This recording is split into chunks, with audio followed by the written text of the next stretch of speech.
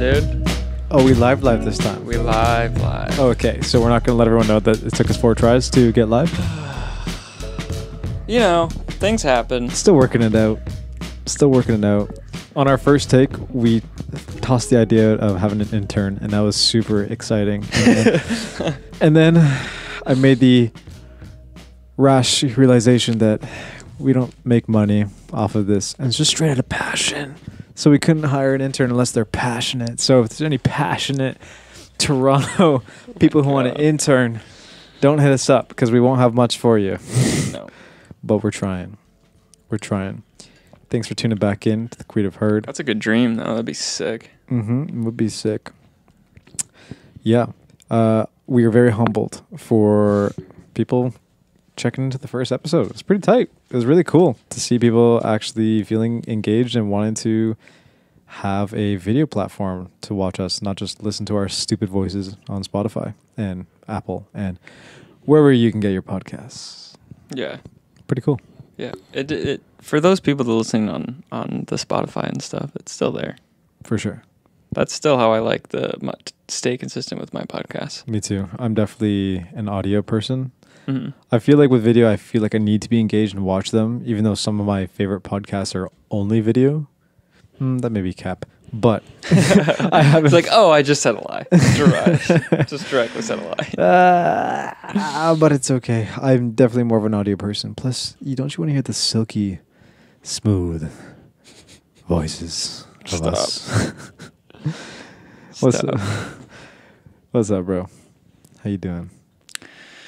Good, yeah. Beginning of the week. Just about to hit like a pretty big busy season. So trying my best to stay stable, enjoy the summer. A lot of like fucked up shit is going on. Are we allowed to swear on YouTube? Of course. Of course, but what we're not allowed to do as filmmakers is be out of frame. Look at yourself, buddy. Oh, no, I'm all right. I'm all right. That's okay. That's fine. The people listening to the audio are like, what the fuck? We're still getting used to this. Let us live. Yeah. How are you doing? How's your week going? Wait, I want to pedal backwards, bro. What's fucked up? What's going on? Oh, like personal life stuff that's like not for air. Yeah. Oh. Yeah. Nice. Yeah. Nice. Don't want to tell the masses. Yeah. No. Okay. That's fair. I feel like a lot of just kind of fucked up though right now. I read, actually, I know we're talking about things that are fucked up, but I read a tweet. I don't even have Twitter, but I saw a tweet that said, August is like the Sundays of summer. And I was like, whoa.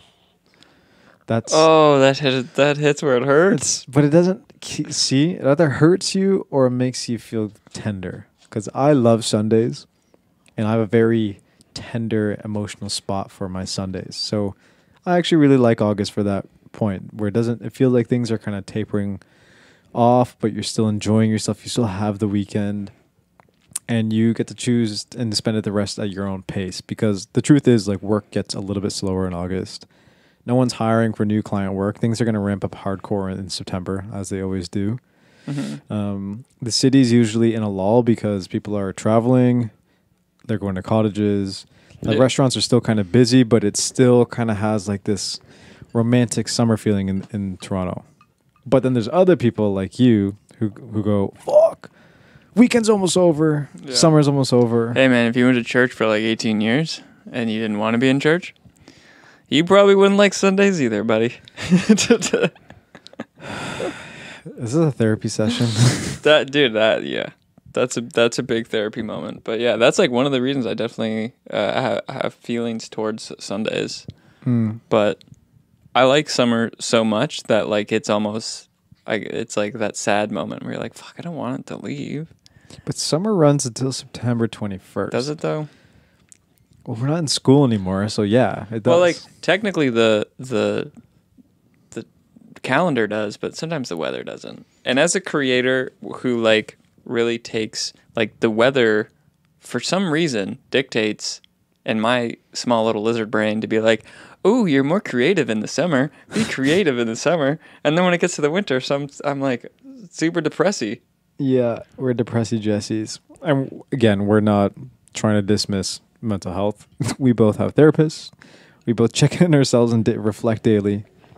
We just have to make light of it sometimes by calling ourselves depressed Jessies. Just what Does it that is. happen to you, like in the winter or like in the summer months, to be like, oh, I'm Broski, I don't even like astrology or anything, but whatever. But men's are a Gemini, which means I thrive in the summertime. True. Like I feel the most like myself. I feel grounded. I feel creative. I feel like there's this romantic air that surrounds me, and I want to enjoy myself and whatever. But which also in return puts pressure on summer to be great.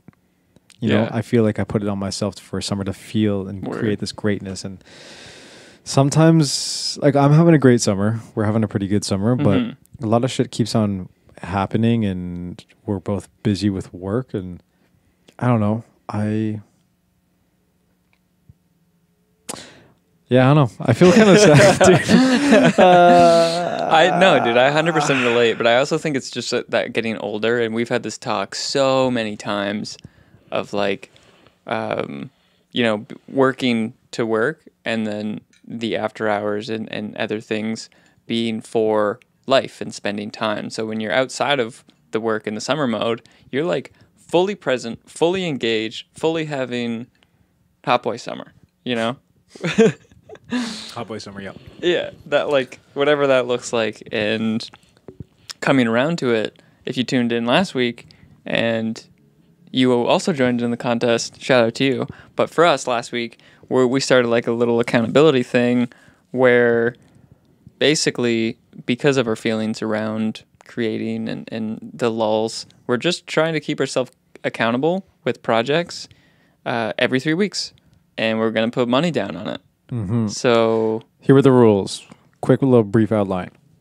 Every 3 weeks, we need to individually deliver a solo project that is public, that can be viewable, whether it be a video, a photo set. If we're designing, it has to be a graphic design, whatever it is, but it has to be public within the 3 week span. We put $10 every cycle of the 3 weeks, and whoever, say we both complete the deliverables, that means we just add to the pot. The pot gets bigger, it grows and grows. Wait, say that again. So if we both complete or we don't complete? If we both complete it, we just keep putting money towards it. Right. So what happens if one of us doesn't complete it? Then the other person gets that money, baby, that money. Oh, you just don't lose the. Wait a second.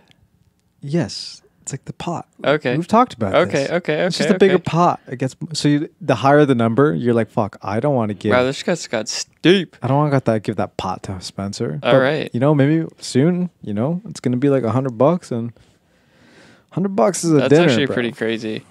Yeah. So that's something you could start with your friends if you're interested in creating, or eventually I hope that we can open this up to kind of like just a community around our podcast and the Creative Urge in general that like want to join in. I don't know if it's like a Discord or an Instagram group or I don't know what that looks like yet because nobody's listening, and that's okay. I was going to say there has to be more of you to do that. However, it's growing, and we thank you for that. Thank you so much. You know what? Cheers, y'all. Oh, shit. Cheers, Benny T. What are you sipping on, by the way? A vodka soda. Ooh. I'm sipping on a... What am I sipping on? Collective Arts vodka soda. Oh, nice. Good. Great.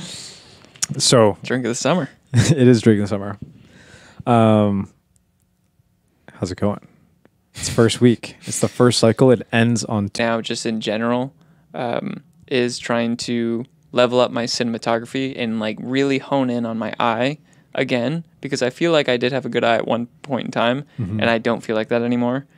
And I think cinematography is definitely my weakest point in the filmmaking in general. So that all of that is wrapped up in this. Not to say that I'm killing it, but that's kind of the project. Have you finished shooting? So I guess the other downside of this is like I want to shoot to the very last day, but obviously there has to be a cutoff date, right? Yeah. So my process has been like dumping my card every so often, and yesterday I actually went through it. So we're 1 week out. I'm like, all right, I'm going to start sifting the footage and see if I can mentally start, oh, this is a good intro. This kind of like sets up my day or something. To maybe I could do like sort of a day in the life, but it's just highlights, something like that. Mm-hmm. And a lot of the footage is garbage. If it's one thing you are, it's honest, my friend. I also broke a lens during this. I tried to mount my camera to my bike and I broke a lens at 11 to 16. Oh my god, I can't believe you got on footage too of you actually falling too. That's so good. I wish I had footage, like better footage of me falling, but the camera just goes. Yeah, and immediately stops recording. Like as soon as the camera like hits, it immediately stops recording. At least it kept the footage though. That's kind of dope. It's been a journey, but it's been like a fun little experiment to like, even that was hard to like in the moment endure like breaking a lens and be like, how do I not freak out right now? Mm-hmm. But it's like, this is the cost of bringing your camera everywhere and like trying new things and experimenting.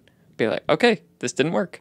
Accept that, Mm-hmm. Like you just have to kind of roll with the punches. And like, I've said this to you a couple times of like, I want my camera to be beat up. And I think that's both of our goals in different respects of just being like I want it with me. I want to capture these moments. And like, that's what that means to me. Mm-hmm. So, I feel like I'm romanticizing it one hell of a lot. Hey man, you got to be passionate about the things that you make, or it just feels pointless and empty. Yeah, like that's my direction. All of that long-winded answer is my direction. Whether I'm achieving it or not, I don't think I am, but it's practice. And this is exactly why we put this entire thing into play, is to practice. Mm-hmm. That's a good point. I think I need to remind myself too that this is it. We're not just trying to make beautiful art. We're really just trying to hone in our skills even more and just stay active. It's not something. Obviously, it comes naturally to us, but we've worked very hard for it to feel natural to us. Mm-hmm. But you can lose it just as quickly, though. I mean, you can lose it even quicker. Mm-hmm. For me, it's like editing. I spend so much of my time editing photos all the time for my clients, and a lot of my clients have been switching to video, which is fine, and it's been helping me get better at editing. But having my own personal videos too, where I finally get to have my own touch into like myself into my videos, I feel like I don't actually have an editing style, and it's actually frustrating me on my end for my current project, which is way less cool, way less cool than yours. My video is kind of like a slice of life as well too, but about my dog, about Sora. She's just on the ground right here. Yeah, both are just snoozing, kicking it right now. Thank God, they were so fucking annoying last time. But yeah, mine is just a little bit of a slice of life as well too, but it's surrounding maybe a month and a half ago, I called you up and I just asked if you want to go to the beach with our dogs. That's it. You're fully shot already. I've been shot for 2 months. This is like footage that I've just been sitting on, and I've been wanting to make it into a YouTube video. I just didn't have the accountability to finally pull the trigger and start going at it. Right. So I too just sifted through all of my footage, maybe last night, maybe 2 nights ago, and like it's a vlog. Like it's not anything crazy. There's no groundbreaking cinematography. There's nothing that's I can use in a portfolio. However, it's nice that I'm able to relive those moments that just were very pure. It literally was just taking our dogs. Yeah, swimming and seeing our dogs very happy, and you and I are also in the video, and same with my partner Teresa too. So it's just cool to have little slices of memory, and I don't remember me being there and having to feel awkward about whipping up my camera. It actually felt very genuine and authentic from my recollection, because I don't remember having to stop and be like, oh wait, back up, let me do it again. Well, that's I think the intention part. A little bit. Yeah, and I think if further projects with what we're doing right now will be more intentional, and we'll have more thought out shots and more of a narrative or a little bit more direction. But as of right now... Or maybe we won't. Maybe we won't. It's like, at the end of the day, I don't know if my goal is to make portfolio work, you know? Like, I know you mentioned that in just like a roundabout way. Like, not necessarily it's portfolio, but it's like, I don't even think it's like, yeah, it's viewable in public and like, sure, I'll share it, but it's not like, hey, look at this amazing thing. Like, this is me practicing for the public. Yeah. You can watch me practice. Watch me practice. And like anything that sparks like a good like editing thing for me is fun to figure out. So it's like is it a thing? Not really, but it is in sparking some sort of creativity. So like maybe my thing is taking breaks. Maybe that's my thing. I like that. A very indirect answer. So it was Instagram, but now it's taking breaks. It's take it how you will, man. Take it how you will. cool, man. Cool. Very poetic. It's not even a thing. We'll say Instagram. Yeah. The lack of Instagram. The absence of Instagram. The absence. A novel. A novel. What about you? What's been going on this week? The thing that's helping me out the most. Let me see. I'm going through a period right now where this sounds sad, but I feel like repulsed about bringing my camera places. I've just been shooting so much for clients that like I'm just feeling very disconnected with my camera, which is kind of shitty. It's a poor feeling to have. But that being said, I just found out that my little side bag, I call it a purse because it's a purse. Okay. My purse fits my camera. It fits like my Fujifilm one, my little tiny one, but it also fits my my R5. What do I have? R5. Thank you. Yeah, it fits my R5 with a 50 on it perfectly. Oh, I'm gonna get my bag. One second. BRB. Talk to the peeps for me. Oh, all right. Do you want to shut off your mic? Shut off your mic before you. Oh, all right. Or just put it down. Anyways, while he grabs his stuff, yeah, I would encourage you guys just like if you're in like a weird funk, definitely start like an accountability group with your friends, or drop a comment in here, and we'll try to loop you in with our accountability group, and get you on the Creative Herd wave, because I think it's important for like I wish something like that existed when I was feeling like this essentially, yes. And like it's not a new feeling. It's I definitely have felt this feeling constantly. So drop a comment. Yeah, drop a comment. Help us out. Let us know. Back to my thing though. Yeah, Stop being so inspirational. Inspire me, bro. Taiken? Cool. I don't know. It's just a nylon bag, kind of waterproof. Not really. They say it is. Not really, but it's super lightweight. It's great. It has 2 front pockets and then 1 large pocket. And surprisingly, yeah, my R5 fits in here quite nicely. Now here's a little pro tip. Maybe not. I don't want to take away from him, but it's basically the same bag or the same manufacturer as William M. Verb. Is that the film photographer? The really popular one that lives in LA. William Verb? I couldn't tell. You know him? Anyways, he was one of the first, like, I want to say Instagram film. Is a hot take thrown under the bus right now? No, I'm not throwing under the bus. It's the same. The bags are the same manufacturer as his bag too, and they're the same price. So it's not like I'm not trying to take away any notoriety from him. They're great bags. It's just I want to note that if you have the brand's called Weekday, I think. Got it. It's the same thing. Exact same thing. You can fit your rolls of film, your wallet, all your essentials in this small little bag, and it's super minimalistic. And I take it everywhere, and that's been my tool. It's just nice that I can fit my camera in a little side bag and not have to be one of those chunky fanny packs or a backpack, because backpacks equal back sweat. Yeah, and back sweat. One of my things is 100% that. It's like that's one of the reasons I go through cameras so much. Is like I'm always saying function. It's function. It's function. Mm-hmm. The more it like doesn't intrude on your life, the more you're likely to take it with you.